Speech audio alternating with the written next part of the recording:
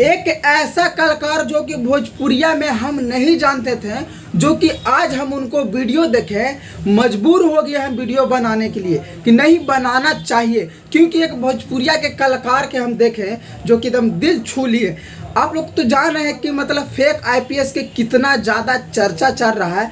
उनको घर पर ये गिने के बाद मतलब उनको कुछ मदद किए, क्योंकि उनको फेक आईपीएस जो बने थे काफ़ी तेज़ी से इनको चर्चा भी चल रहा है, बहुत ही ज़्यादा सोशल मीडिया पर ये मतलब चल रहा है चर्चा। तो हमने सोचा कि क्यों ना हम बनाते हैं इनको पर वीडियो, क्योंकि भोजपुरिया के इतना power star, trending star, Magahi star, बहुत सारा सिंगर हैं जो कि हमने नहीं देखा, जो कि इनको हम सिंगर को देखा जो कि भोजपुरिया में स्टेज शो करते हैं, गाना भी गाते हैं, बहुत बढ़िया इनको गाना भी हमने सुने, मगर इनको हम मदद करते देखे।